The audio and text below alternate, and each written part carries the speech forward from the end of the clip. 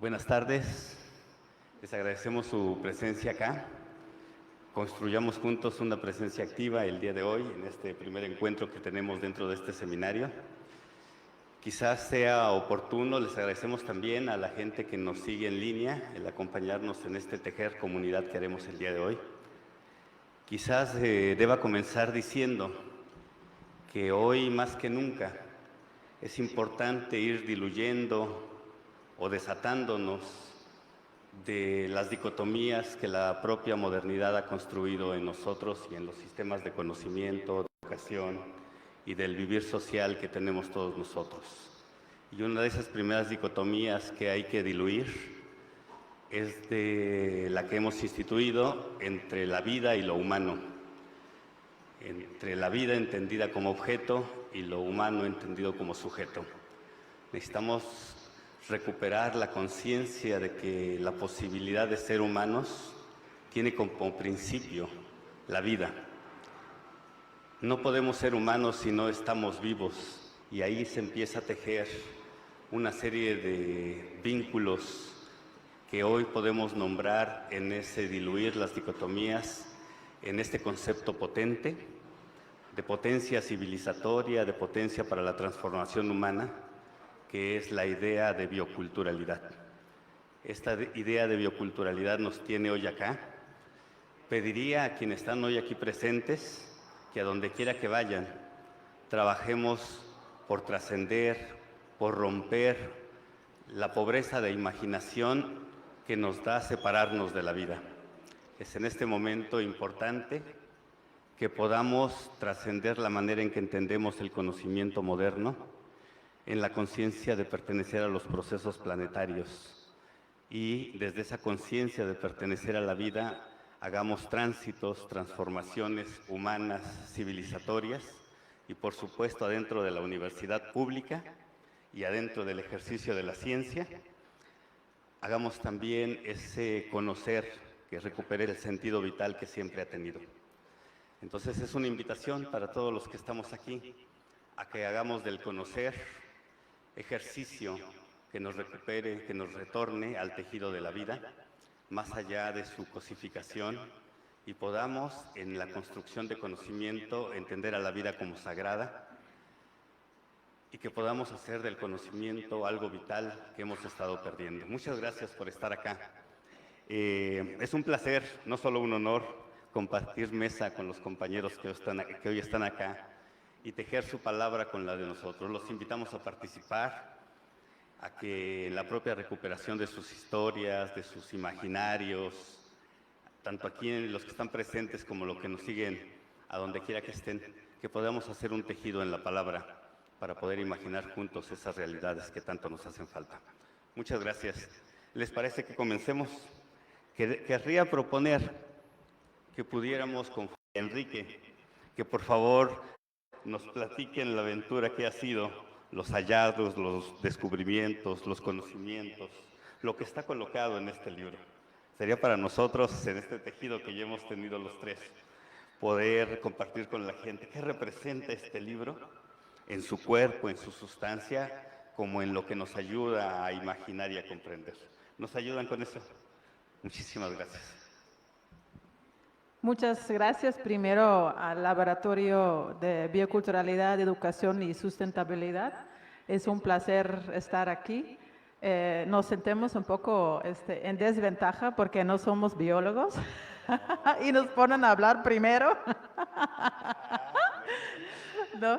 Pero pues así es, ¿no? Y ese también es un poco el punto de, pues tanto de ese seminario como también del laboratorio del doctor Felipe Reyes y el doctor Felipe Roán también, ¿no? Entre otros colegas.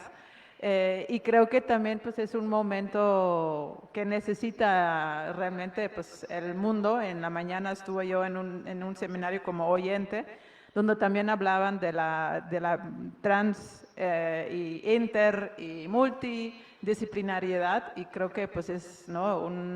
una parte ya tan necesaria, pero se tiene que seguir diciendo, ¿no? También pues es un placer conmigo hacerlo con el coeditor del libro, ¿no? Realmente los dos estuvimos muy involucrados en todas las partes del proceso. Antes de empezar un poco sobre eso, sí creo que es importante empezar con lo que nosotros, ¿no? Nosotros vemos como bioculturalidad, porque creo que ese es el punto, ¿no? Por lo cual estamos aquí, todos de alguna manera, y todos, ¿no? Y ese es uno de los puntos del libro y de los dos libros, que todos tenemos nuestra interpretación, tanto como profesionales o estudiantes o lo que sea, ¿no? Desde lo disciplinario, como también como seres humanos, ¿no? Y seres humanos, como ya nos percibimos como gente adulta, bueno, la mayoría, ¿verdad?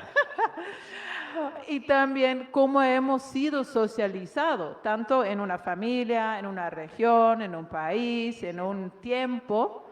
Entonces, ya cuando uno concibe, ¿no? Y reflexiona todo lo que es uno, y con eso siempre va uno viendo todo lo que todavía no es uno o todo lo que no logra abarcar, pues no van muchos matices de qué es bioculturalidad. Entonces, pues dicho sencillamente, y creo que también es importante, aunque ustedes son estudiantes de biología, profesionales de biología, entonces ya lo saben muy bien, pero de todas maneras es importante decir, ¿no?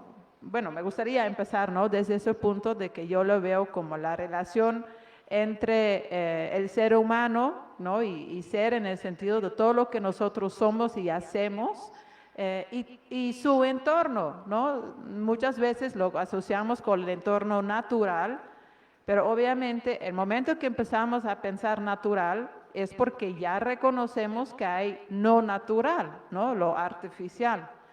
Entonces, ya empezamos a emplear, ¿no? Etiquetas y definir.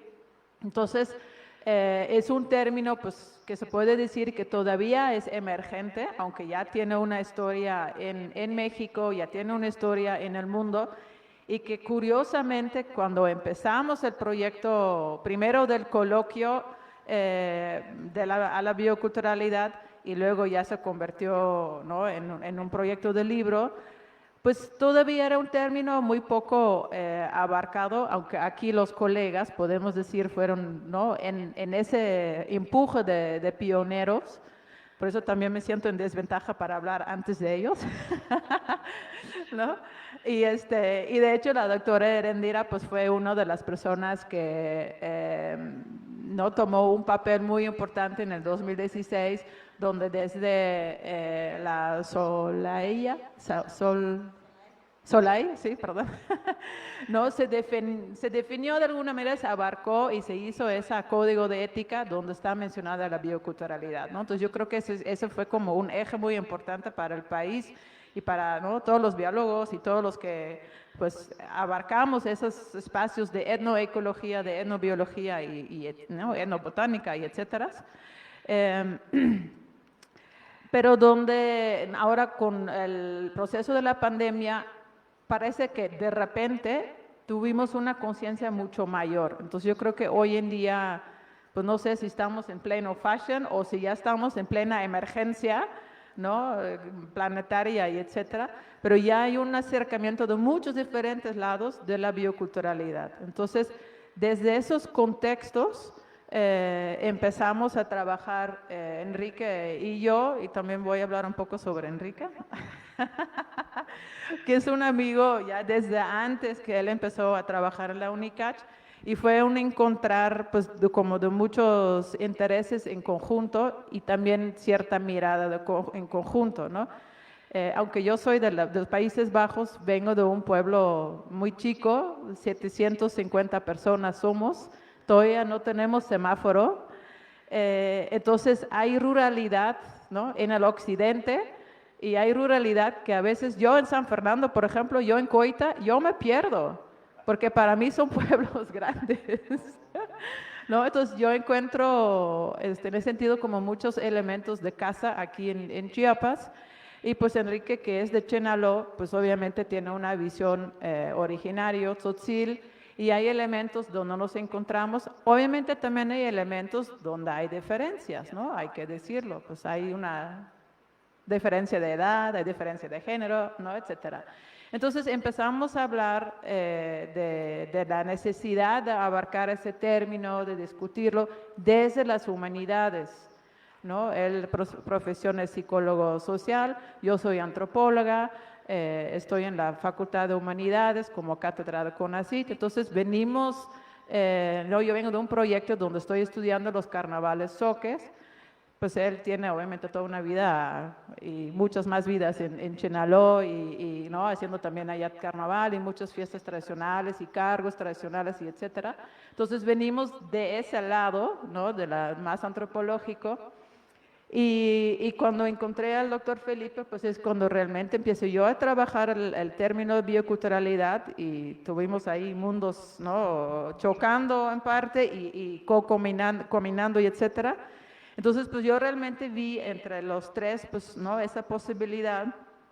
Entonces empezamos, Enrique y yo, trabajando ¿no? Lo que llamamos el primer coloquio de estudios bioculturales, aproximaciones desde el sur mexicano, para también enfatizar pues, que aquí, ¿no? En Chiapas y todo el sur mexicano, pues hay una visión muy fuerte, automático se puede casi decir, biocultural, pero que muchas veces ha sido estudiado desde afuera, sea desde extranjero o desde el centro de México, ¿no? Entonces, para crecer y para también reconocer que aquí ya hay capacidad local, pues hay que ver y cuestionarnos qué es para nosotros aquí, como maestros, como estudiantes, como personas, bioculturalidad.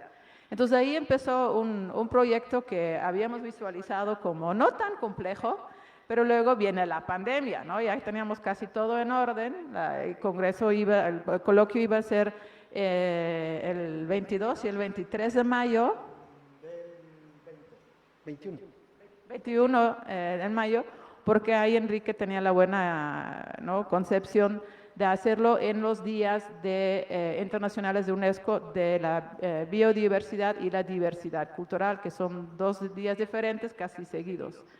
Entonces ya teníamos todo el panorama y pues viene la pandemia, ¿no? Entonces lo tuvimos que hacer en línea, al final fue bueno, primero, como todos pensábamos, pues 2 semanas, ¿no? Y va a pasar la pandemia. Y pues ya nos dimos cuenta que no, entonces pues en agosto por fin pudimos hacer en línea el coloquio, de hecho las grabaciones siguen todavía disponibles en línea. Y vamos, ¿no? Después de eso, bueno, pues hay que publicarlo, ¿no? Entonces, el libro recopila 21 autores, son 10 capítulos, un epílogo, que también quiero mencionar que lo escribió doctor Ramón Mariaca. Entonces, hay un capítulo de Oaxaca, hay uno de Yucatán, hay de Veracruz, obviamente hay varios de Chiapas. Y hay, como ya, ¿no? Por eso una introducción un poco largo sobre cómo surgió el libro. ¿No? Enrique tiene un capítulo, también Felipe y yo con Rubí tenemos un capítulo, ¿no? Justo hablando de esta interdisciplinaridad y ver cómo el concepto de bioculturalidad se ha desarrollado. Y Enrique, pues ahorita va a hablar de su ángulo, ¿no? Entonces, el libro realmente examina un poco desde humanidades, pero también con incorporación, ¿no? de biólogos, el concepto, ¿no? Con la idea de plantear cuál es una agenda de investigación local. Entonces, identificamos 4 ejes. Uno, pues, es bioculturalidad y lenguas originarias, que yo creo que pues, es rápidamente entendible. Y la segunda sección es metodologías y interdisciplinariedad. Y la tercera es bioculturalidad, territorialidad y biota. Y la cuarta es experiencias de conservación, comunidad, patrimonio y bioculturalidad. Entonces, esas 4 áreas realmente son, ¿no? Pues desde, se puede decir, hace 2 años, pues las prioridades. Y también es un esfuerzo en ese sentido de profundizar, ¿no? Profundizar nuestra investigación adentro de ese campo nuevo. ¿No? Darle camino. Entonces también, por eso me agrada que estamos en ese panel, porque de ahí, ¿no? el libro que publicó coordinó tanto Felipe Robán como Heréndira y Fernando Guerra Martínez y Ulises Contreras Cortés, pues también es bioculturalidad de Chiapas, ¿no? Entonces ya se empiezan a hacer diálogos y creo que de eso se trata, ¿no? Entonces voy a dar aquí la palabra a Enrique para no yo ser aquí la que habla. Bueno, gracias. Buenas tardes a todas, a todos. Antes que nada, pues agradecer por la invitación de estar aquí con ustedes. Y realmente, pues yo ya no tendría mucho que decir después de todo lo que Gillian ha dicho, pero bueno, justamente lo que me hace llegar aquí a la universidad fue el tema de la bioculturalidad. Cuando me invitaron aquí a colaborar en un programa que se llamó en su momento Promoción del Patrimonio Biocultural de los Pueblos Originarios. ¿Y cuál era la intención? Pues era que se pudiera hacer como un eje transversal de conferencias, de pláticas a la comunidad universitaria, que conociera pues, qué es esto del patrimonio biocultural, porque así le llamamos, porque finalmente todos tenemos y formamos parte de este asunto.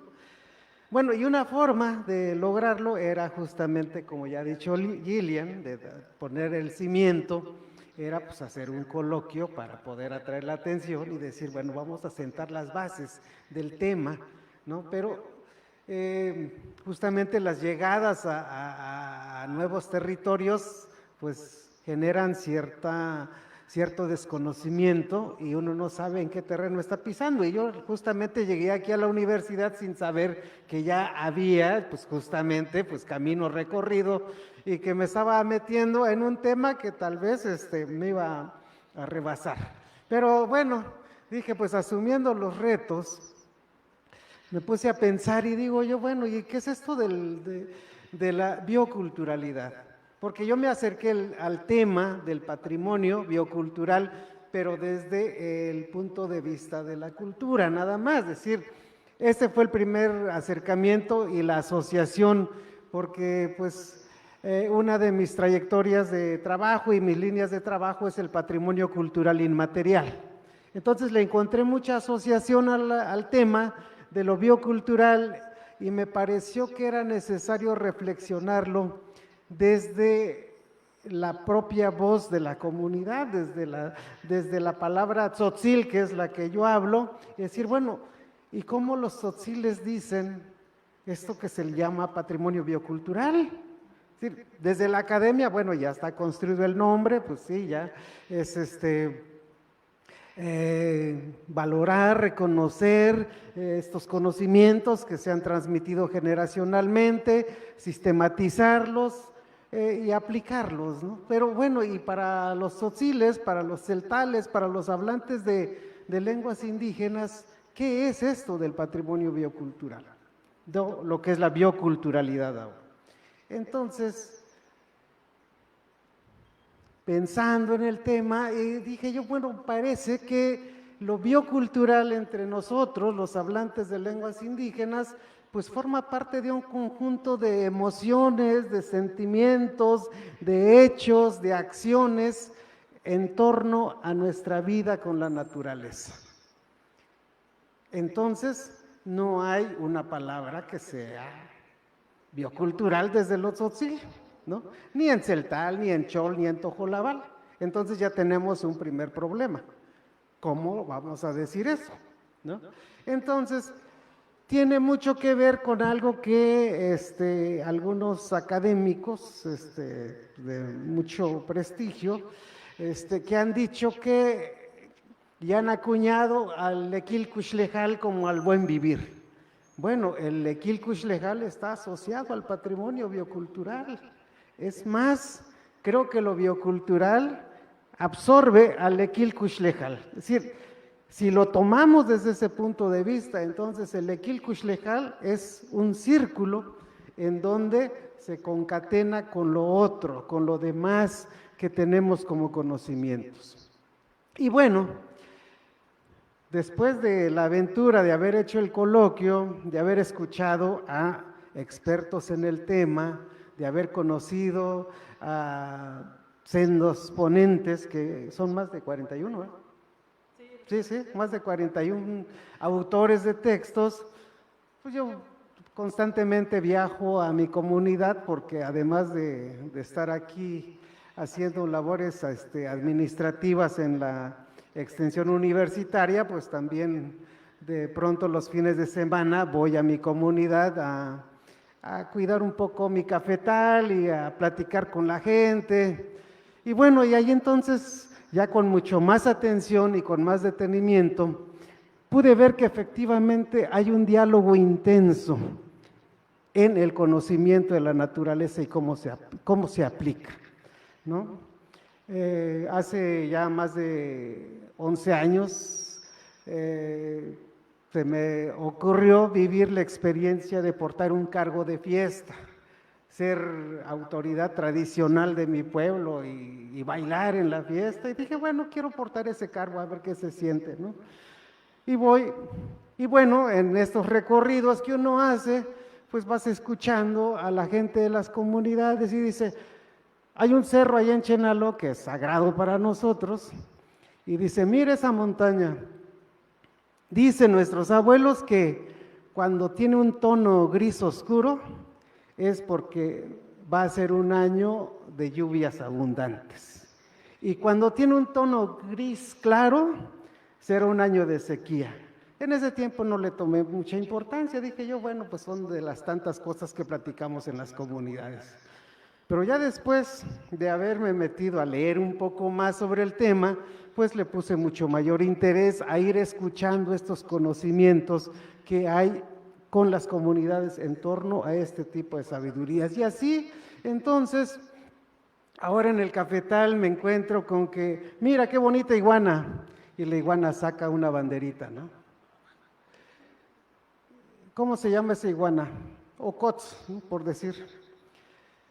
Mira, esta iguana cuando saca la banderita y está muy roja, quiere decir que va a hacer mucho calor en los próximos días.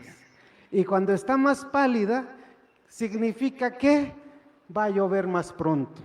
Entonces, estos son los conocimientos que las comunidades tienen en torno a su medio, ¿no? ¿Y por qué sucede esto? Porque justamente hay dos formas de concebirnos. Los seres humanos tenemos una capacidad. En Tzotzil, al ser humano se le dice Chiel Copogel, el que crece y habla. Es el único ser que tiene esa capacidad de crecer y hablar. Los demás solo crecen, pero no hablan, ¿no? Entonces la diferencia entre un ser humano y los otros entes vivos. Bueno, pero hay algo más. El ser humano tiene un chulel, una conciencia que le hace ser consciente de su realidad y actúa en función de esa conciencia. Bueno, los demás no tienen conciencia, no tienen chulel, solo las montañas y los lugares sagrados lo pueden tener porque están imbuidos de divinidad. Pero sí todos tienen un corazón, ¿no? La tierra tiene un corazón, los árboles tienen un corazón, el universo tiene un corazón.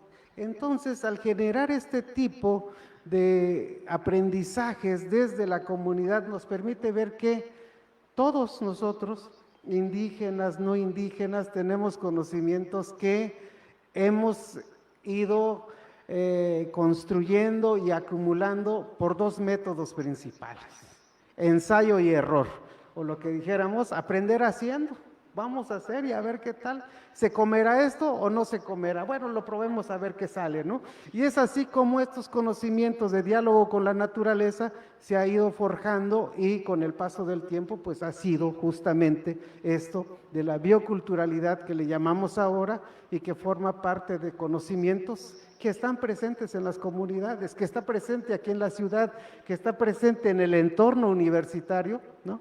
¿Cuántos árboles, cuántas plantas, cuántos animalitos que hay aquí tienen ese significado, ese valor que es importante para la comunidad, ¿no? Lo simbólico como dijera Clifford Geertz, ese entramado de símbolos y significados que es la cultura. Bueno, pues no le vamos a decir que es solo símbolos y significados, sino son los usos que tiene para nuestra vida todo esto que existe. Y bueno, esto es lo que yo les puedo compartir con relación a esta experiencia de la construcción del libro y cómo a partir de esta idea, de esta llegada, justamente pues hay un proceso de una mayor sensibilización sobre estos conocimientos que están ahí y que yo creo que el área de la Facultad de Biología pues tiene muchísimo, ¿no?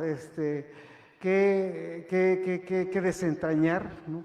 Que conocer, que aprender, o sea, la vida está llena de palabras, está lleno de sensaciones, de sentimientos, de emociones, entonces yo creo que eso es lo biocultural. Voy a agarrar otra vez el micrófono porque me gustaría agregar dos cosas. Uno es que ahorita ya estamos empezando a organizar el segundo coloquio, entonces estamos revisando el borrador de la convocatoria, entonces también ya es de alguna manera pues ¿no? un dar reporte, pero también ya dar como comercial para lo que va a venir, ¿no? Donde también queremos hacer un poco más de red para que también pues no hacemos ahora sí el grupo cada vez más grande, ¿no? Y la otra es que como pues ya se dan cuenta, o sea, la bioculturalidad tiene ese elemento de conciencia, ¿no? Entonces creo que también por eso es un paradigma muy potente y muy importante y vamos más allá de cómo hemos estado trabajando, ¿no? Hasta ahora, ¿no? Sin darle una visión negativa, pero pues, o sea, ya es como que esa parte en nuestra vida como especie, donde ya tenemos que tener esa doble reflexibilidad, ¿no? Entonces, aquí voy a terminar, porque si no voy a seguir y seguir. Gracias. No, muchísimas gracias por empezar a hacernos este tejido. Tenía que ser de esa manera que empezaran ustedes, porque eso es recibirlos en casa. Entonces, siéntanlo de esa manera, estamos recibiéndolos en su casa. Entonces, por favor, café hay y hay pan. Entonces podemos aquí llegar a buena hora. Sí. Si alguien quisiera comentar algo en esto que está empezando a colocarse y en este mismo señalar que cuando nos dice Enrique que todo tiene corazón, ¿no?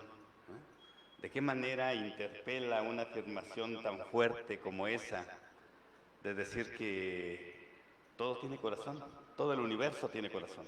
Entonces, ¿de qué manera retumba en las formas que tenemos instituidas de conocer, donde no reconocemos a la vida, a las plantas, a los animales, como algo que tenga, ya no digamos alma, sino el simple sentido de tener un corazón compartido, porque entiendo que ahí el corazón es compartido?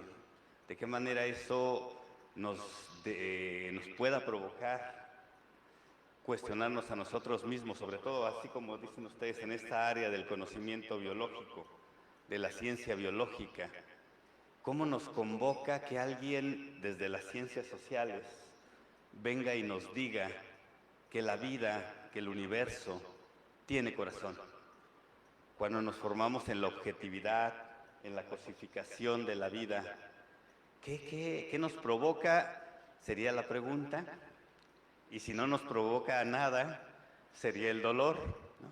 Que no nos provocara nada, ¿no? Entonces, no sé si alguien quisiera comentar, no sé si en redes tenemos algo, si no, alguien quisiera, de los que están acá, decirnos algo de cómo se movió su corazoncito justamente al recibir estas palabras. ¿Alguien?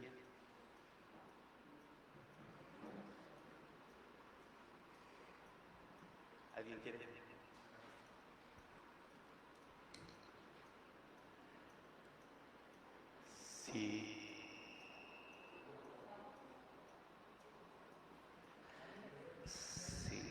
Si no, mientras se animan.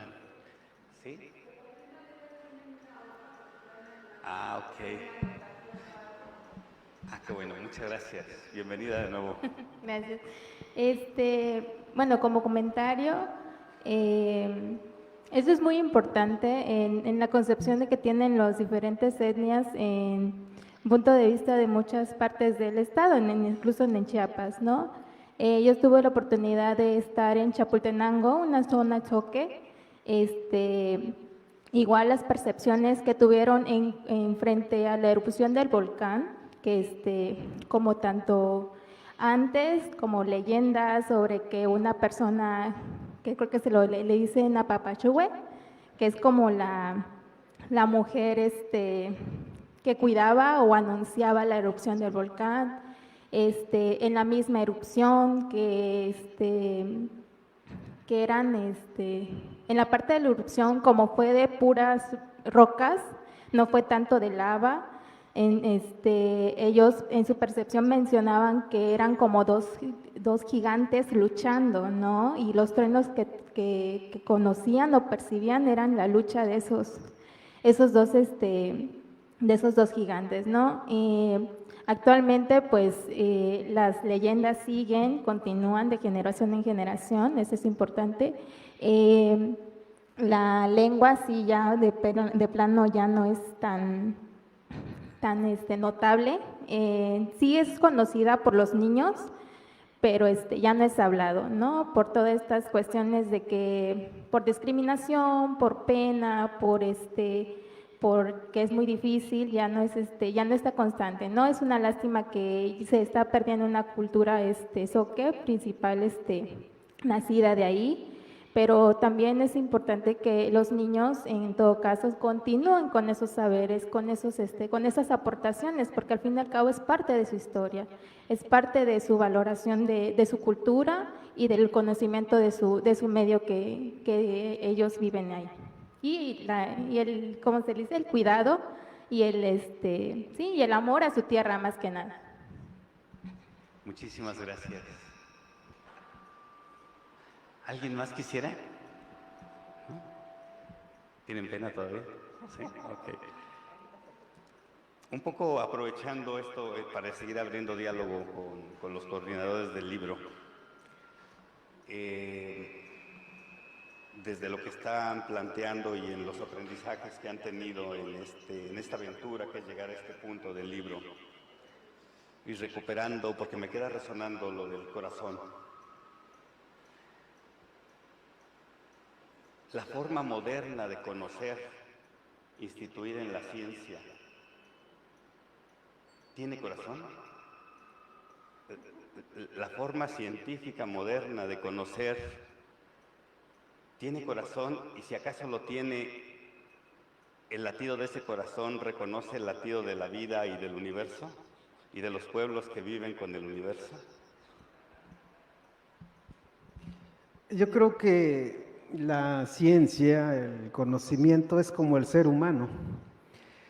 El ser humano se puede volver de corazón duro y frío. Entonces la ciencia le pasa igual. Nace con una conciencia humana de servir a la humanidad, pero luego se va enfriando hasta que se vuelve solo utilitaria, ¿no? Entonces, conocimiento científico, conocimiento académico es producto humano.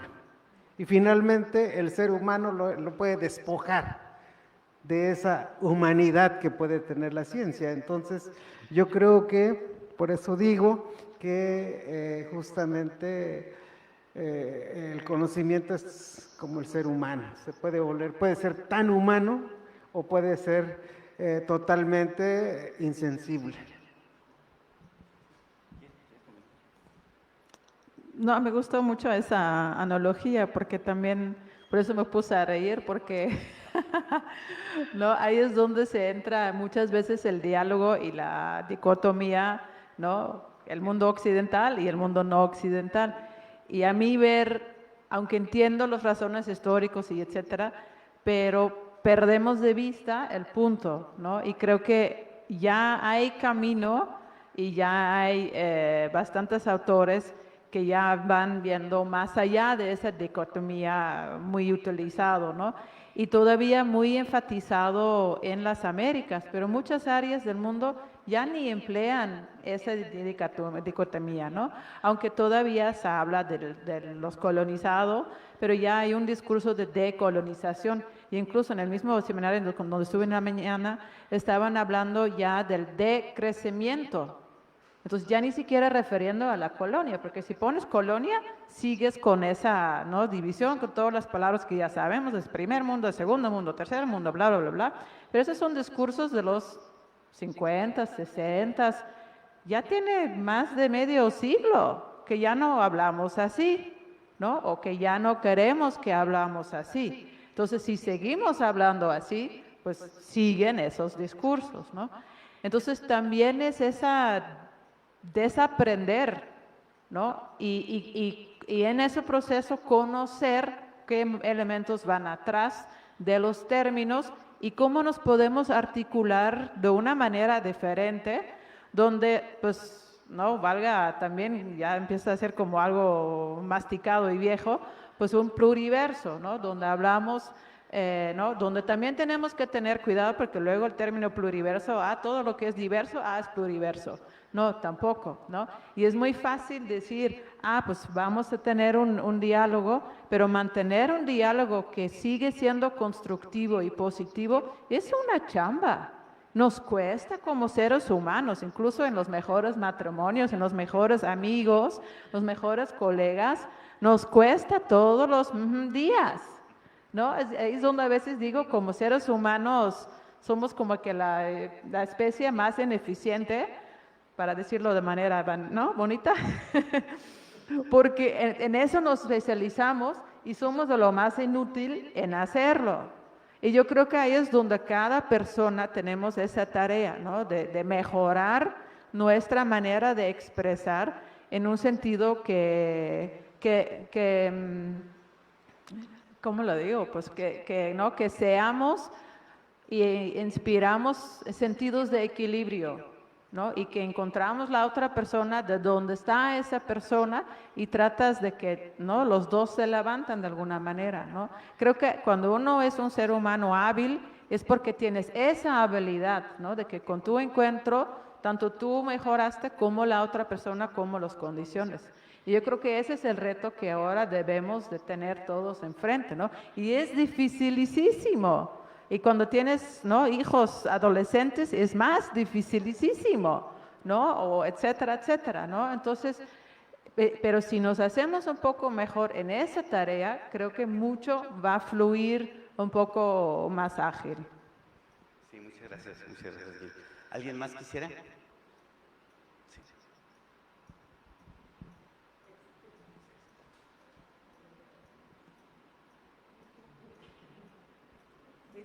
Con lo que están hablando ahorita, con la dureza, lo que dicen del conocimiento científico, me quedo pensando si es el conocimiento científico o es la aplicación de ese conocimiento científico, ¿no? Lo que se está endureciendo. O sea, el conocimiento por sí mismo, el cómo tomamos nuestro conocimiento, el conocimiento científico, y el cómo tomamos el conocimiento tradicional o el conocimiento ancestral, ¿no? Pregunta para los ponentes.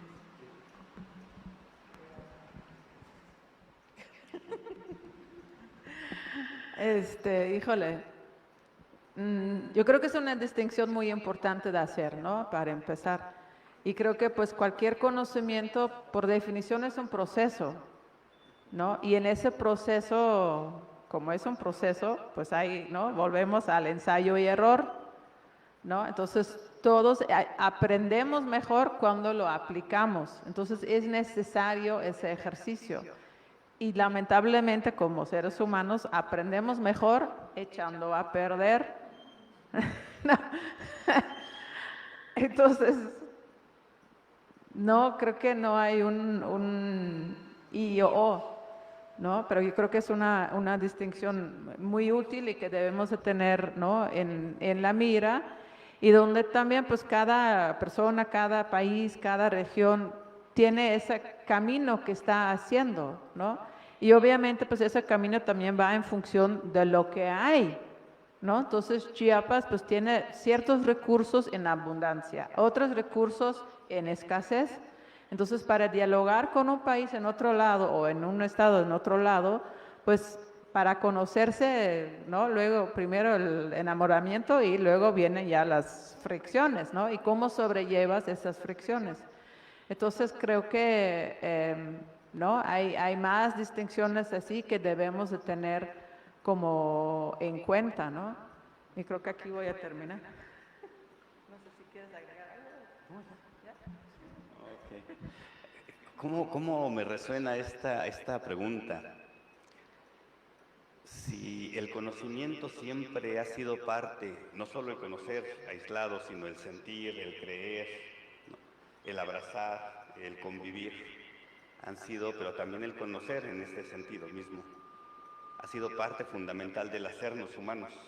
Nos hemos hecho humanos en el conocer que se abraza con el creer, con el sentir, ¿no? Con el acompañarse, con el convivir. En esta crisis epistémica que vive la modernidad, en esta crisis de conocimiento que vive la modernidad, ¿qué nos aporta la idea potente de bioculturalidad para un conocimiento emergente? Sería como una pregunta que sí me gustaría que se colocara la respuesta.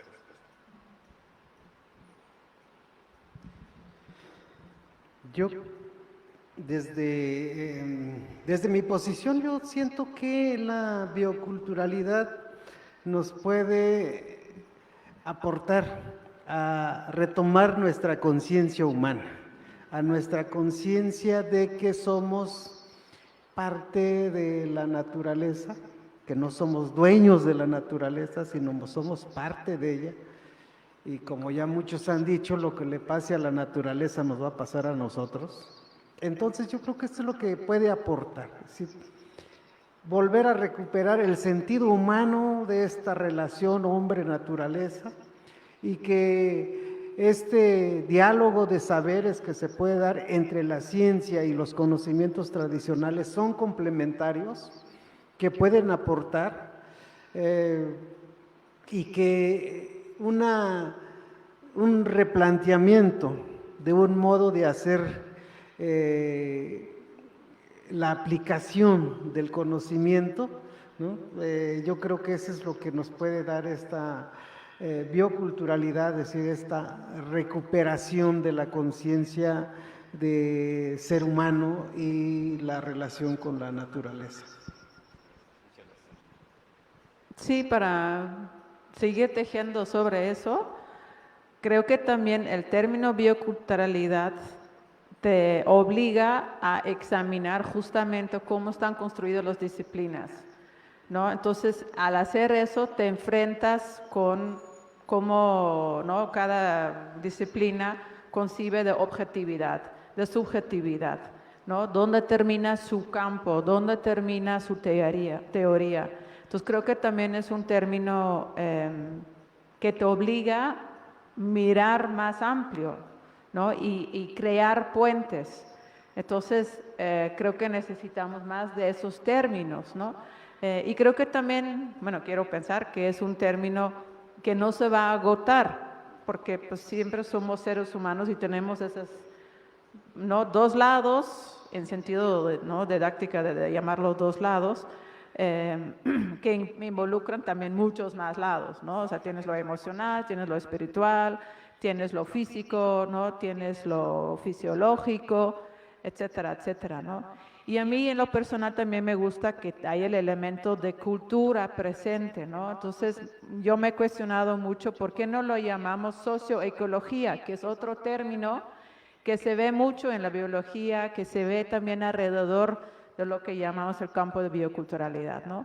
Y creo que también es un término muy importante, pero tal vez por venir de humanidades y venir, ¿no? trabajando con grupos, no solo originarios, ¿no? grupos de diferentes ubicaciones, tienes una conciencia de la cultura y a la lengua que creo que debe de estar parte de una bioculturalidad, ¿no? Porque como uno se expresa, ahí mismo ya va representado cómo te relacionas con el entorno, ¿no?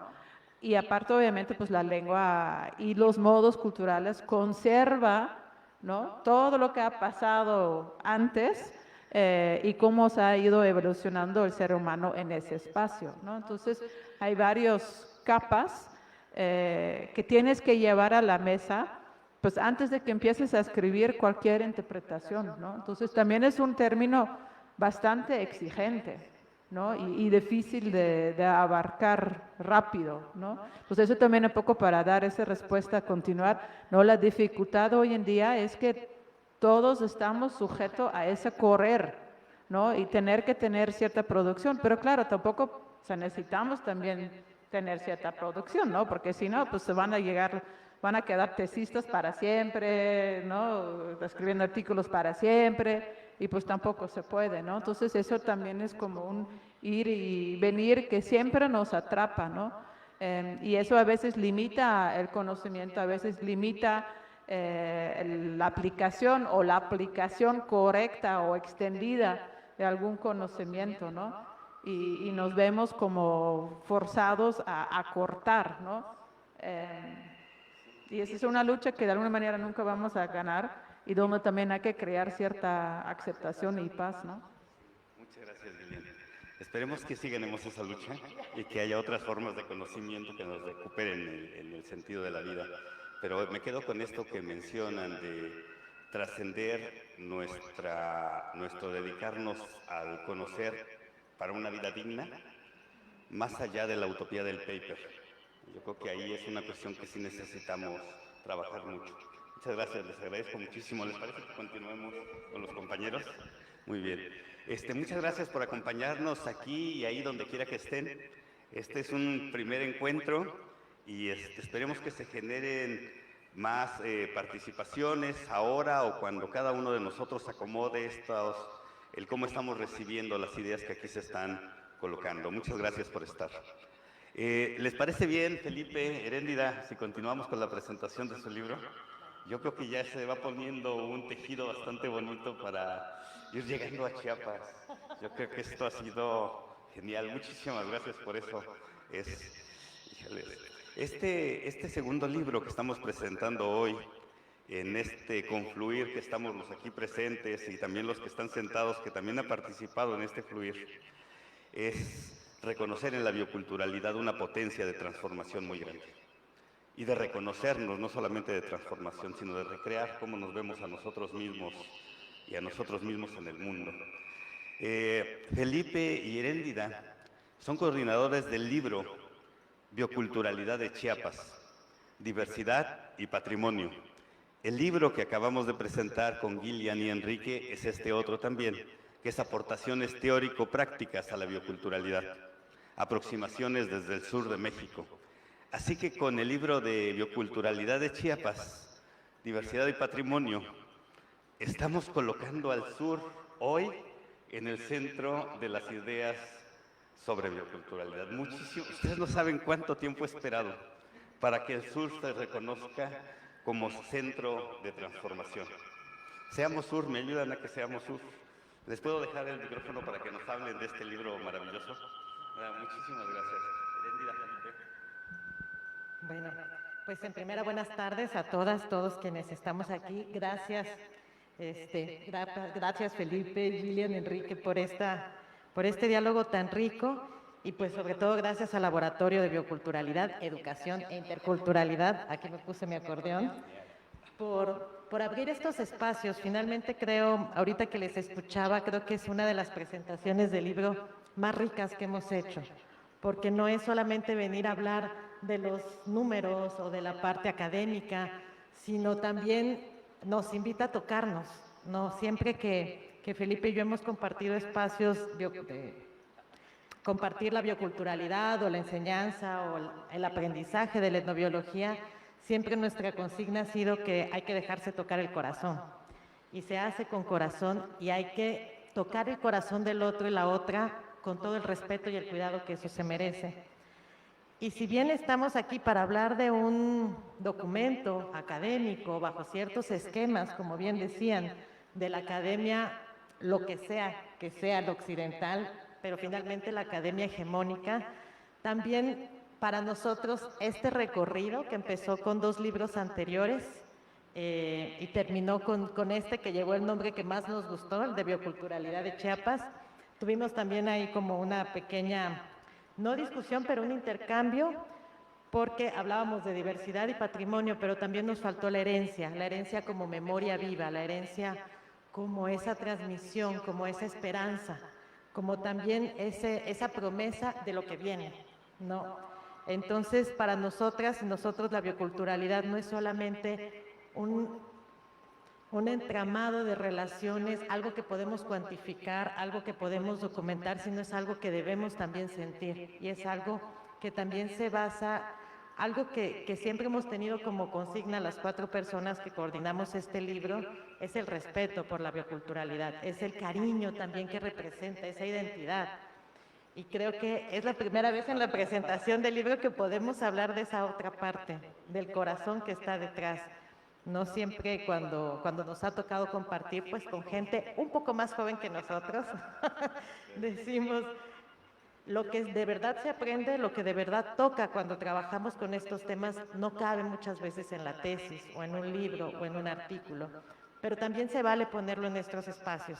Si estamos, como bien nos invita Felipe, como nos invita Enrique, como nos invita Gillian, a pensar en una academia desde una otra manera, no necesariamente desde estas corrientes de coloniales, descoloniales o en la que nos queramos adscribir, está bien, pero si no, simplemente es pensar cómo podemos hacer un conocimiento que no sea este conocimiento que perpetúa poder y que ya se ha dicho y que ya se ha estudiado y que se ha demostrado, como también nos interpela con su pregunta, ¿no? Y como nos interpelan también ustedes con sus cuestionamientos. Entonces, algo que Felipe ya nos va a platicar un poco más que hay dentro de este libro, pero creo que más allá de los temas que también contiene, tratamos de comenzar a provocar un diálogo no solamente de saberes, sino un diálogo interepistémico, un diálogo entre formas de concebir y de habitar el mundo, ¿no? En este libro y en los 2 anteriores tuvimos la gran fortuna de que personas que reivindican o que se encuentran en procesos de revitalización de lenguas y de pueblos originarios participaran y pusieran también su palabra tanto desde la academia como desde lo comunitario. Entonces, para nosotros esa es también como una invitación a ir haciendo este diálogo que también tenemos que reconocer desde nuestros propios lugares de enunciación. No nos encontramos quienes estamos aquí enfrente en un lugar similar a otros lugares, pero también qué opción y qué queremos elegir, dónde nos queremos quedar. En esta mesa que está detrás de todos, y por eso no se animan a preguntar, o queremos saltarnos la mesa y hacer un diálogo de una u otra manera. También reconociendo que hay espacios que perpetúan y que hay espacios en los que podemos, y hay espacios en los que a lo mejor se van a abrir las grietas del cemento, ¿no? Para que salgan flores, decía un compañero de ustedes hace unos meses. Entonces, en este libro de Bioculturalidad de Chiapas, Diversidad y Patrimonio, creo que también se está documentando, se está hablando de los seres que integran la bioculturalidad, retomando un poco lo que ya comentaba Enrique. Finalmente la bioculturalidad está hecha por esa diversidad que decía Gillian, estoy entre biólogos o entre biólogas. No necesariamente, porque también la bioculturalidad implica toda la cuestión de las dinámicas sociales, las dinámicas económicas, pero también las dinámicas espirituales. Aquí también están todos esos seres de la biodiversidad que no se ven, que no pueden estudiarse a través de un transecto o de todas estas técnicas que ustedes se saben mejor que yo. Entonces, ¿cómo también podemos caminar un poco hacia el reconocer esas otras diversidades y de alguna manera poder plasmarlo en un documento?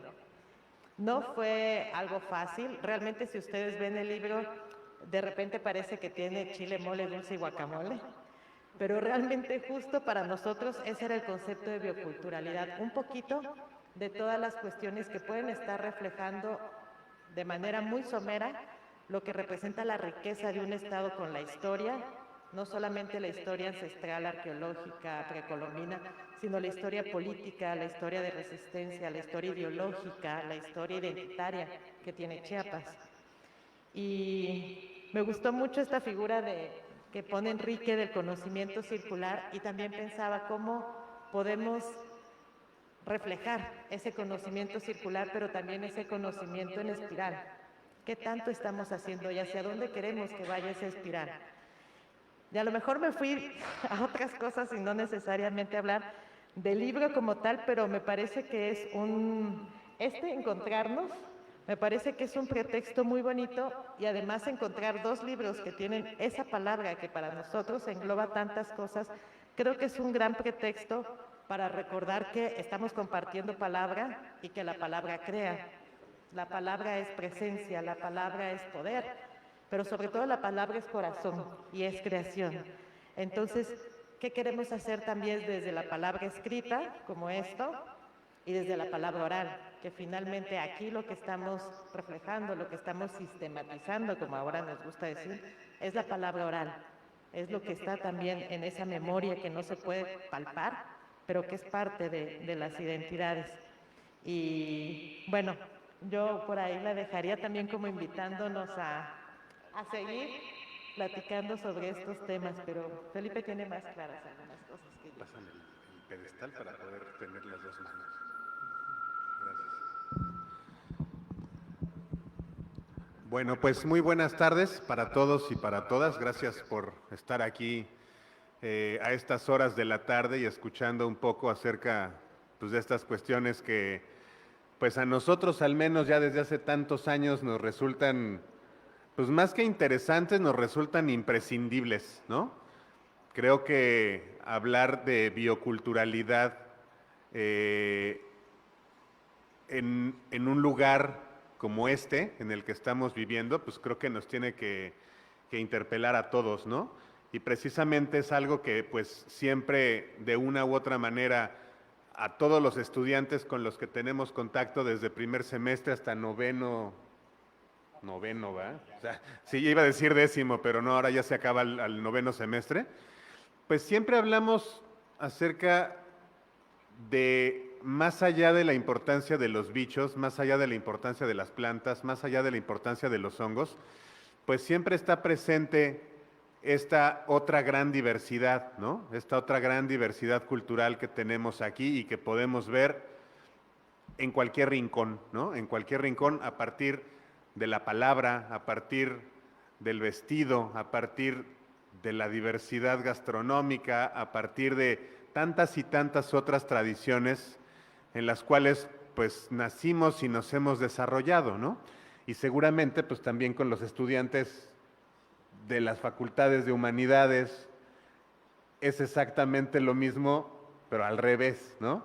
O sea, en lugares como este, pues no nada más hablar de esa diversidad cultural, sino también la diversidad de tipos de vegetación, de biomas, de animales, de plantas, de hongos, pues saltan a la vista, ¿no? Y más insisto, en un lugar como este. Yo me acuerdo alguna vez hace ya muchos años en un congreso de botánica, escuchar al doctor Mario González, no sé si conozcan al doctor Mario González, un prestigiado ecólogo de Ecosur, que se dedica a cuestiones de restauración y demás. Y él presentó una ponencia en un contexto pues, muy de biólogos, ¿no? Muy de pues, qué plantas son las que utilizas para la restauración, cómo acelerar esta sucesión vegetal y demás. Y la presentación del doctor Mario González, pues sí tenía este otro tinte, ¿no? O sea, ¿qué piensa la gente aquí en los Altos de Chiapas al respecto de la restauración? ¿Qué piensa? Sí, Mario González diciendo eso, ¿no? Eso es, no es cualquier cosa, ¿no? Y precisamente, pues Mario decía o hacía hincapié en eso, ¿no? Trabajar aunque sea el aspecto más biológico, más ecológico, más desde el método científico en lugares como este, como Chiapas, pues no lo puedes hacer si no tienes la cuestión cultural ahí, ¿no? Entonces, pues creo que este libro de bioculturalidad de Chiapas, diversidad y patrimonio, al igual también que el que presentaron aquí nuestros colegas y nuestros amigos, pues reflejan esto, ¿no? Reflejan la importancia que tiene y igual, yo también me sumo a lo que comentaba Beréndira, tener dos libros de producción Unicach que hablen de bioculturalidad, híjole, pues la verdad que es que me llena de orgullo, ¿no? No sé si en algún otro espacio o alguna otra universidad haya tenido como estas producciones consecutivas, ¿no? En la cual podamos desde distintos esfuerzos juntar y hacer tal propuesta, ¿no? Creo que es algo que se tiene que celebrar y en este sentido, pues, qué bueno que sucede aquí, ¿no? Que sucede en nuestra casa, que sucede en la Universidad de Ciencias y Artes de Chiapas. Y bueno, ya hablando un poquito para invitarlos también a ustedes a que revisen este libro, pues es un compendio que en 13 capítulos distintos refleja la palabra y las reflexiones de 34 autores de distintas instituciones, como la Universidad Nacional Autónoma de México, nuestra propia casa, la UNICACH, la Universidad Intercultural de Chiapas, el Colegio de la Frontera Sur, la Universidad Autónoma de Chiapas, así como también algunas otras dependencias como el Instituto Nacional de Antropología e Historia, la Secretaría del Medio Ambiente e incluso asociaciones civiles, también como Nimalarí AC. Muchas gracias, Nidia, también por estar aquí presente. Y también Cacao, Museo del Cacao. Es decir, de repente también el ejercicio de esto, pues no solamente se circunscribe a espacios y encuentros académicos, ¿no? Precisamente algo que tiene hablar de bioculturalidad es que pues, nos interpela a todos desde las diferentes trincheras en las que nos encontremos. Y solamente como para invitarlos a que lo agarren, para que lo ojen y se den pues una idea más a fondo de lo que contiene. Este libro comienza con un capítulo que nos habla de la etnobiología celtal, haciendo una particular señalamiento de las etnoclasificaciones en Oxchuc, Chiapas, donde los autores José Alfonso López y colaboradores, pues retratan de una manera creo que muy, muy buena cómo este pueblo de Oxchuc, a partir de cómo entienden el mundo, también clasifican sus diversos organismos y hace un recuento muy, muy interesante de cómo las plantas, los animales, los hongos e incluso pues, otras entidades como el agua, los cielos, las montañas, caben en esta organización de su cosmos, ¿no? De la misma manera, en el capítulo 2, Etnobiología del Pueblo Mam del Volcán Tacaná, también Cristian Jungans y colaboradores hacen un recuento pues también bien interesante de cómo este pueblo aprovecha y entiende estos recursos en un lugar pues, tan espectacular como es el Volcán Tacaná, ¿no? Y además también cabe cabe la mención de que este capítulo se construyó no solamente desde la mirada de los investigadores, sino también trabajando de manera cercana con la comunidad e inclusive incorporándola también en las coautorías. Es decir, es algo que también se ha discutido mucho de pues, la importancia que tiene que tener el que las personas con las cuales pues trabajamos pues no solamente formen parte de los agradecimientos, sino que sea también una cuestión integral y que formen parte de las coautorías, ¿no? Y bueno, y de la misma manera también en otro capítulo, Óscar Farrera y colaboradores nos hablan acerca de la etnobiología de los zoques de Chiapas, Blanca Nidia Vicente Rivera, aquí presente, y colaboradores, nos hablan en un capítulo bien, bien interesante acerca de la etnobiología de los chiapanecas, ¿no? Precisamente un pueblo que, habiendo aparentemente perdido lengua, aparentemente sin un reconocimiento como pueda tener algún otro grupo originario, pues existen tradiciones vivas que se llevan en la cotidianidad y este capítulo pues es un reflejo de esto, ¿no?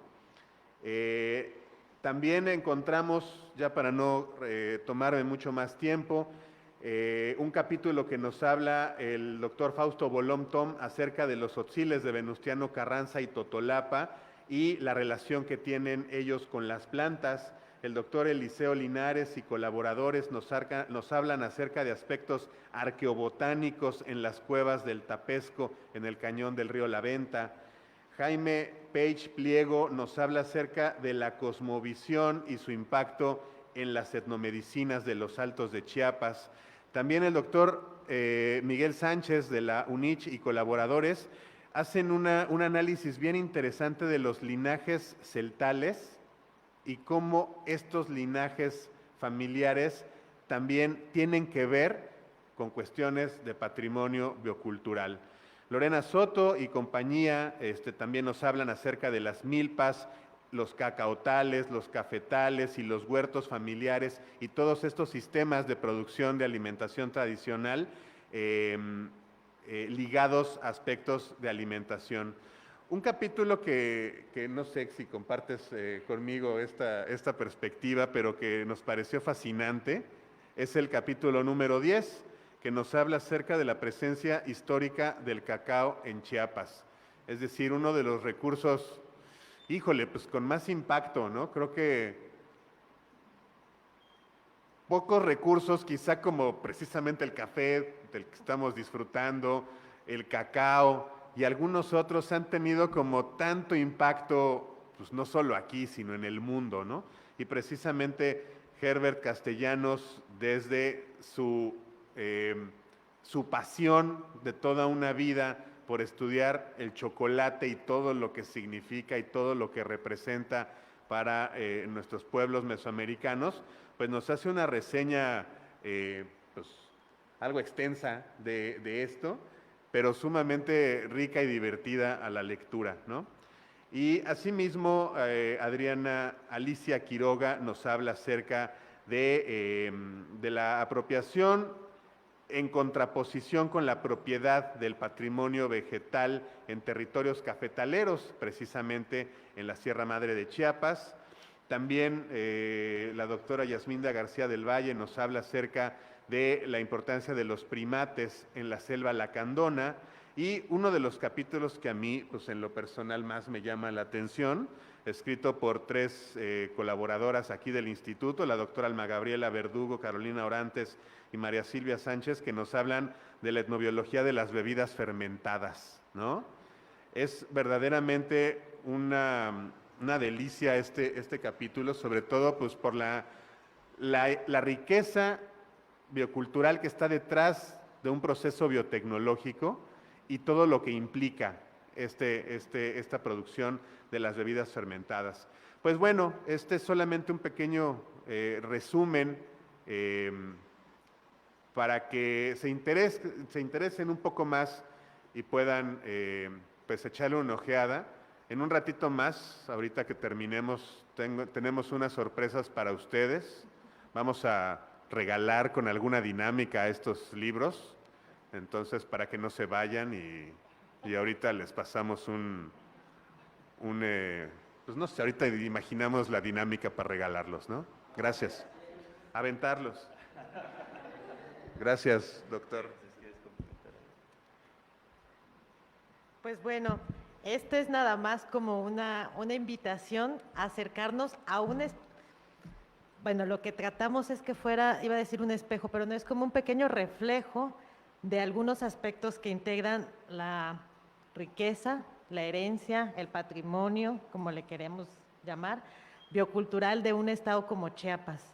Desde una perspectiva histórica, trata de ser en algunos casos inter y transdisciplinaria y sobre todo pues es esta provocación a que a pesar de que este es, como les comentaba al principio, el último de 3 volúmenes, los 2 anteriores se publicaron con el Colegio de la Frontera Sur, aún faltan muchísimos temas por tratar, muchísimos. Hemos tratado de abarcar un poco alguno de los grupos, sobre todo quienes han estado asentados históricamente en Chiapas, Tzotzil, Celtal, Tojolabal, pero nos falta también conocer más, retomando un poco lo que decían, toda la cuestión de del cambio cultural, toda la cuestión también ligado a procesos urbanos o periurbanos, también todos los grupos que vienen con todo el proceso de migración guatemalteca, todos los grupos de frontera, todas estas dinámicas también y cómo están afectando los cambios, digamos, socioeconómicos, culturales, históricos, en también la transmisión del conocimiento biocultural, que es algo que también nos invita a volver a poner la mirada sobre estos temas y no como una especie de rescate, porque tampoco es que desde la academia tenemos el derecho y la obligación de hacerlo, sino como una invitación para entablar este diálogo y acompañarnos en procesos horizontales que permitan la revitalización de estos conocimientos. No es un rescate, es como un recordar, ¿no? Como decía Eduardo Galeano, un volver a pasar por el corazón para que nos vuelvan a hacer sentido. Entonces, temas aquí hay, y muchos. La invitación es que vean qué falta y le sigamos entrando por ahí. Gracias. Perdón, nada más quisiera, porque a mí mi mamá me enseñó a ser muy agradecido. Entonces sí quisiera explicar, señalar y que sirva también esta intervención para darle las gracias totales, diría Gustavo Cerati, a el equipo de, pues también en Extensión Universitaria y toda la gente que colaboró en que esto se vuelva realidad, ¿no?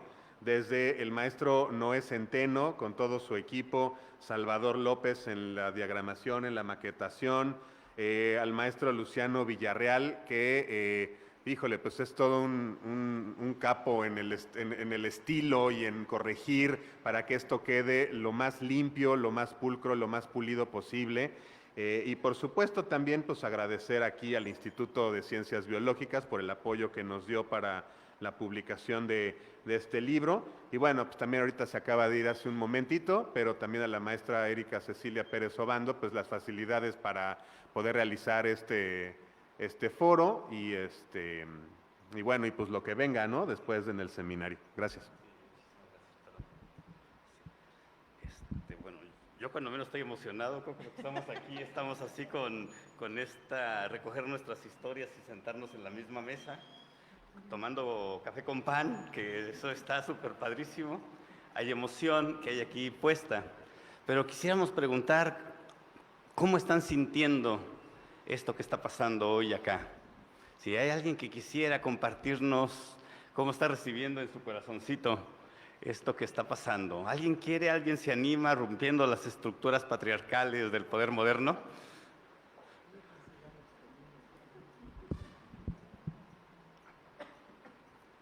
¿Alguien? ¿Alguien?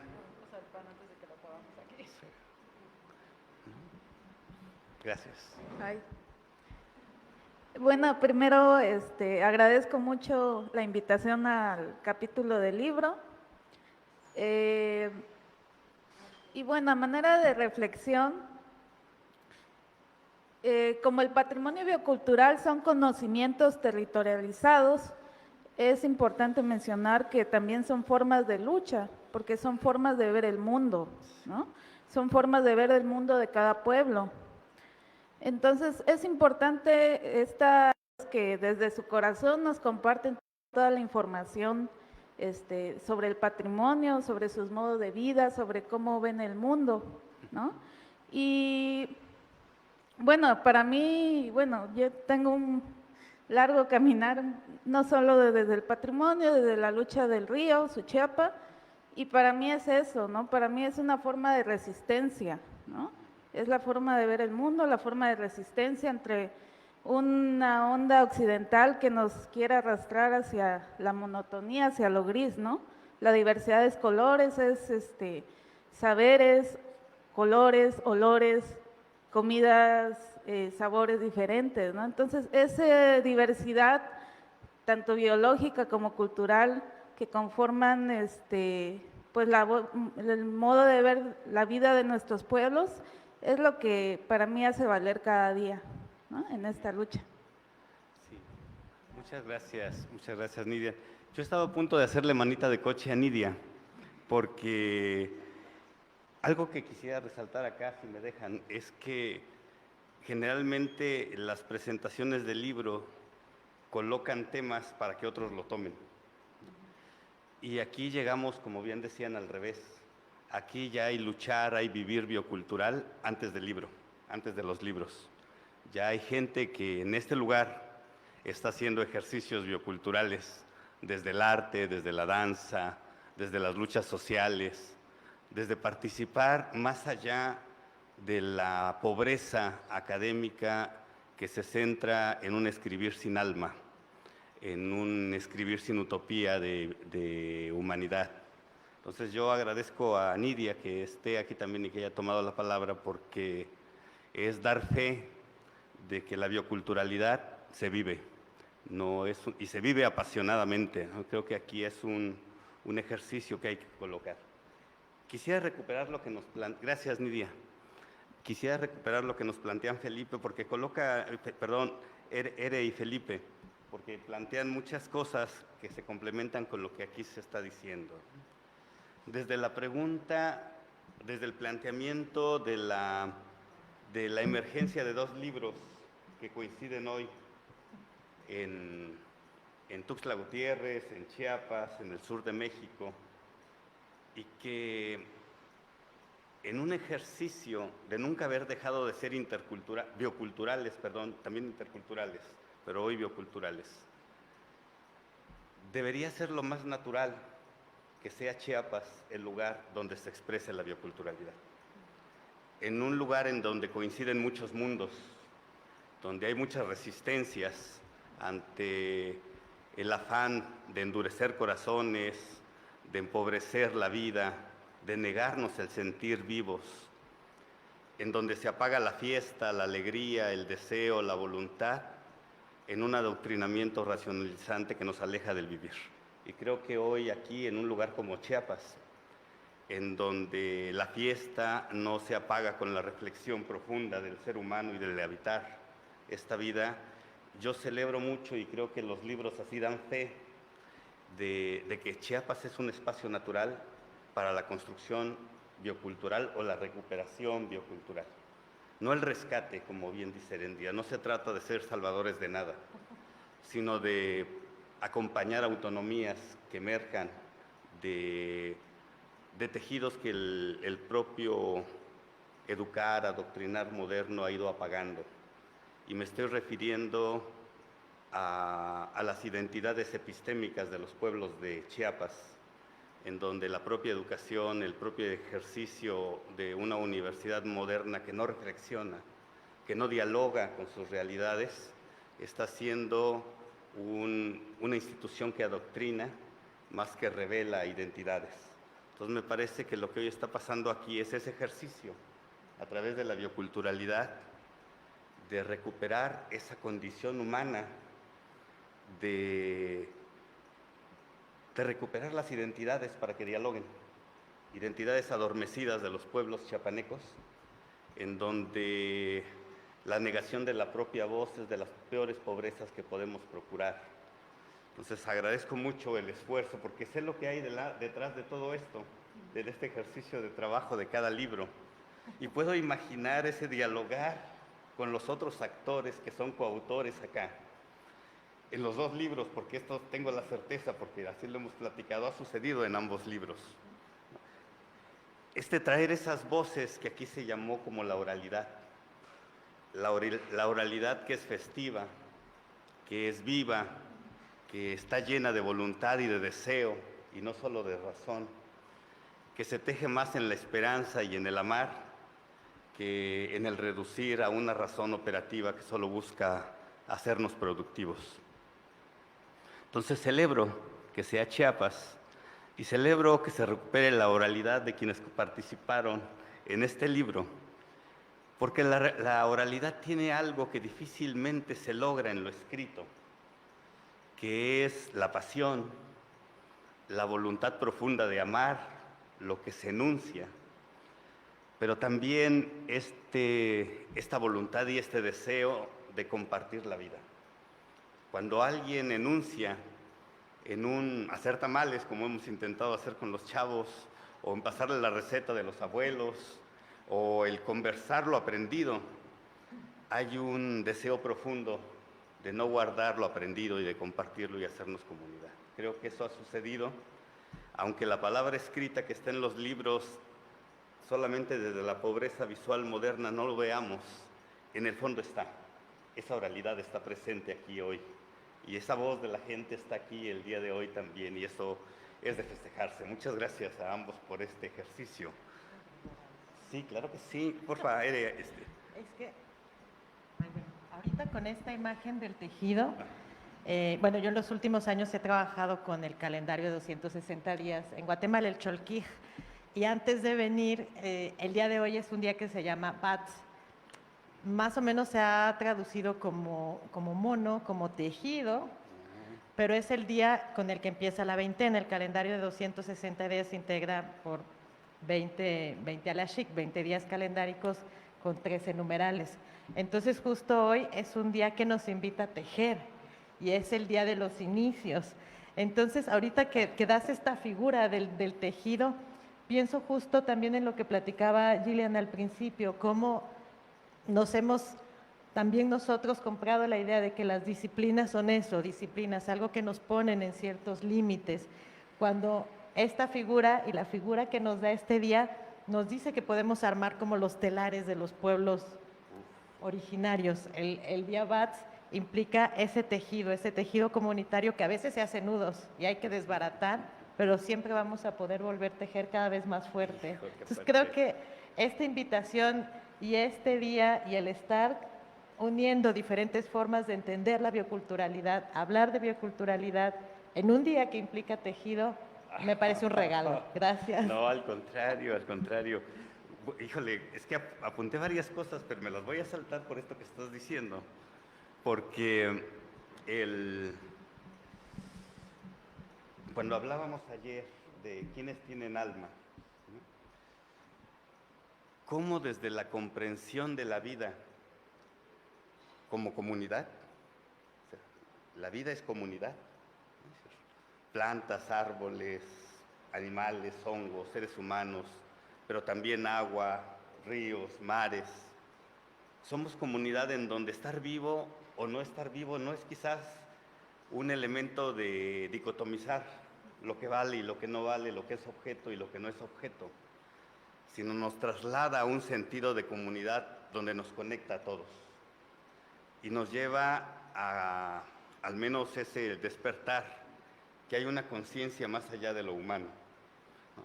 La conciencia de pertenecer a la vida y de que hay una conciencia, por esto de los lenguajes también que decían hace un momento, ¿no? Cómo hay un lenguaje entre las flores y las aves, ¿no? Se hablan las flores y las aves, se hablan el suelo y las raíces, se hablan los hongos entre sí y con las plantas, que empezamos a descubrir esos lenguajes. Y entonces esos lenguajes de la vida emerge eso que quisiéramos colocar acá, en esta idea potente de la bioculturalidad, que quienes tenemos una pobreza del lenguaje, que quienes tenemos una conciencia pobre, en esta conciencia pobre del lenguaje, somos los humanos modernizados. No todos los humanos quizás, otros que tienen una cosmogonía, cosmografías en donde son parte del tejido vital. Pero cómo nos invita a expandir nuestras conciencias. Y por esto que no entiendo no es casual, esto que comenta, hay un tejido vital que se expresa en estos lenguajes entre suelo, aire, hongos, aves, murciélagos, polinizadores diríamos, colores, formas, olores, en donde el lenguaje moderno no alcanza a comprender esos lenguajes. Y eso nos empobrece a todos. Entonces, esto que comentas, ¿cómo hay lenguajes vitales en donde el conocimiento científico instituido, parcelado, disciplinar, que no dialoga ni entre sí ni con la vida, es una pobreza del conocimiento moderno que hay que trascender? Que no podremos resolver la crisis humana, ambiental, civilizatoria y planetaria que vivimos si no trascendemos el lenguaje moderno, si no aprendemos a dialogar los lenguajes de la vida y los lenguajes de la diversidad humana y de la vida. Y ese es un reto de la ciencia, y ese es un reto de la universidad, y ese es un reto de la educación, y ese es un reto del conocer moderno. Me expando en todo esto porque me da felicidad que coincidamos en este momento los que estamos aquí, que hemos tejido nuestras historias años atrás todos, y las queremos traer aquí para compartirlas con ustedes. Somos historias tejiéndose, queriéndose tejer con las de ustedes. En este imaginar, tejer, comunidad unos y otros, los que estamos acá y los que nos están acompañando aún, resistiendo también la virtualidad. Muchísimas gracias a todas, muchísimas gracias a todos. Eso es lo que yo tengo que decir, pero sí quisiera pedirles a ustedes que nos compartieran palabras de llegada, no de cierre, sino cómo nos estamos acá. Y si alguien, por favor, se animara, también nos compartiera cómo está recibiendo lo que está pasando hoy. No sé si alguien quisiera de ustedes comenzar. ¿Tocayo? ¿Enrique?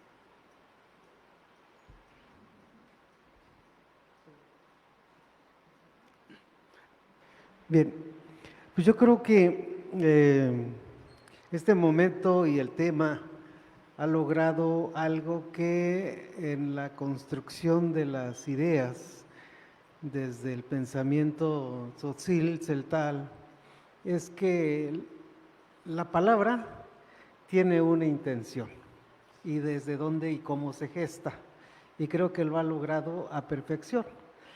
Cuando tomamos la palabra en nuestras comunidades, siempre decimos: voy a decir lo que mi mente y mi corazón quiere transmitirles.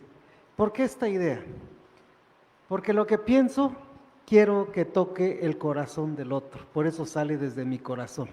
Entonces yo creo que este momento ha logrado decir, lo biocultural, la bioculturalidad nos une y logra justamente mover no solo una emoción, sino una actitud también hacia el conocimiento. Sí, estoy de acuerdo, y creo que también es una esperanza, ¿no? Es un elemento que pues a lo mejor habla de un futuro, habla de un presente, también habla de un pasado. Ahorita que tomó la palabra Nidia, ¿no? De eso que escuchas a la persona y ves como palabras y etcétera, ¿no?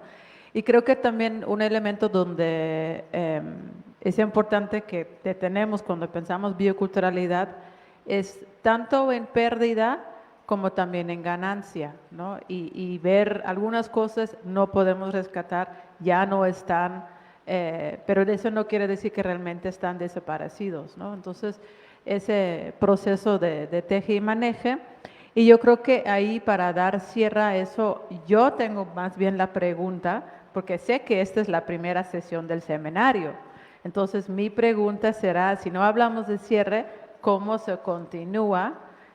¿No? Y cómo, porque también ese es un tejer de comunidad, en qué punto nos vamos a ver otra vez en el futuro, ¿no? En el futuro largo, en el futuro de vida o en el futuro, ¿no? de agenda de trabajo, por ejemplo, ¿no? Y ahí es donde también yo invito a todos ustedes que hacen también esa reflexión y se maneja esa no reciprocidad, porque es muy fácil para nosotros sentar aquí aparentemente, pero también necesitamos que después de nosotros llegan otros, ¿no? O con nosotros, ¿no? Llegan a aportar, ¿no? Y ese aportar desde una propositividad, ¿esa es una palabra? Sí, propositividad, ¿no? Y realmente se hace esa interacción. Creo que eso también es muy importante. Gracias por colocar eso, Gillian, muchísimas gracias. Solo el anuncio de que la continuación de este seminario la encontrarán en la página de Facebook del Laboratorio Taller de Procesos Bioculturales, Educación y Sustentabilidad. Solo ese apunte. Pues retomando esta invitación de qué continúa, creo que el día de hoy las preguntas que han planteado, que se plantearon también acá, son preguntas que están hechas para no ser respondidas. Son preguntas que están hechas para caminar, para construir, para seguir reflexionando, para también seguirnos interpelando seguirnos poniendo incómodas, incómodos, pero también qué vamos a hacer con esa aparente incomodidad. Entonces, pues, como bien decía Felipe, el tener dos esfuerzos académicos, aparentemente solo académicos, pero que también implican un diálogo con otro tipo de actores, con otro tipo de guardianes de la biodiversidad, de la bioculturalidad, pues es un orgullo para la UNICACH, a la que me acabo de integrar, para estos espacios y sobre todo para nuestro estado, que finalmente, como hemos platicado, pues es no solamente un laboratorio, sino también es un territorio situado con una serie de simbolismos, con una serie de procesos, con una serie también de cuestionamientos y con una mirada que voltea hacia las personas que estamos haciendo academia, que somos muchas personas en Chiapas, y nos dice, ¿y para qué? ¿Y para quién? ¿Y en qué momento se va a notar? Entonces, creo que también otra de las preguntas que me gustaría dejar abiertas en este no cierre, sino en este inicio, es ¿para qué? ¿Qué vamos a hacer con esto? Más allá de la reflexión, del seguir consensuando, del seguir ¿para quién? ¿Cómo? ¿No? Gracias. Recibo la pregunta. Pues no me queda también más que agradecer la presencia de ustedes, de Enrique, de Gillian, Tocayo, Ere. Creo que también hay que celebrar que tampoco es tan común estos esfuerzos interfacultades, unidades académicas, ¿no? Creo que también es algo que esa propia mezcla de diversidades nos llama a nosotros mismos también a hacer esas mezclas de disciplinas, de enfoques, de ejercicios que los hacemos y que podemos seguir haciendo, ¿no? Entre nuestras distintas unidades académicas. Me gustaría que también, pues posteriormente esto lo sigamos llevando más allá, ¿no? Claro. Es decir, también me gustaría mucho, en la medida de lo posible, que podamos ir haciendo esto cada vez más grande y con más difusión, pues también ver los auditorios con estudiantes de muchas facultades, ¿no? Creo que sería algo muy grato. Y solamente también para invitarlos a las siguientes sesiones, está programado para que este seminario se celebre en los últimos jueves de cada mes. Es decir, el siguiente jueves, que es el 27 de abril, regresando de vacaciones, nos va a acompañar el doctor Fernando Guerrero Martínez con la charla La importancia de la lingüística para el concepto de bioculturalidad. El siguiente jueves, el último de mayo, el maestro Alejandro Tobalín Ahumada nos va a acompañar con la charla Evidencias del aprovechamiento de la naturaleza en contextos arqueológicos. Para cerrar este primer bloque, es decir, de este semestre, el jueves 29 de junio, el doctor Luis Felipe Jiménez García nos va a acompañar con la conferencia Experiencias en el cambio de paradigmas en la investigación biológica. Entonces, pues también invitarlos a que nos sigan acompañando presencial y virtualmente en este seminario de bioculturalidad, educación y sustentabilidad. Muchas gracias, Tocayo. ¿Alguien quisiera compartirnos algo de lo que recibe el día de hoy? ¿Alguien? Si no es así, es una invitación a romper este encadenamiento en donde la educación moderna nos ha reducido a recipientes vacíos que alguien de afuera tiene que llenar y nos empobrece, nos esclaviza y nos apaga a todos, ¿no? Entonces, hagamos de este espacio, que es otra convocatoria que hace la bioculturalidad, a unir y a liberar la palabra, como aquí han dicho los compañeros.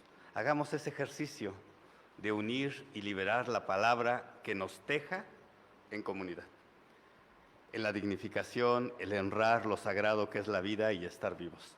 Les agradecemos mucho. Gillian, genial. Enrique, muchísimas gracias.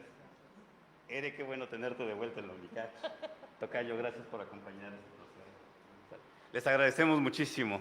Nos vamos con el corazón lleno y el entusiasmo también. Cuídense mucho, que tengan un buen día, que lleguen bien a casa.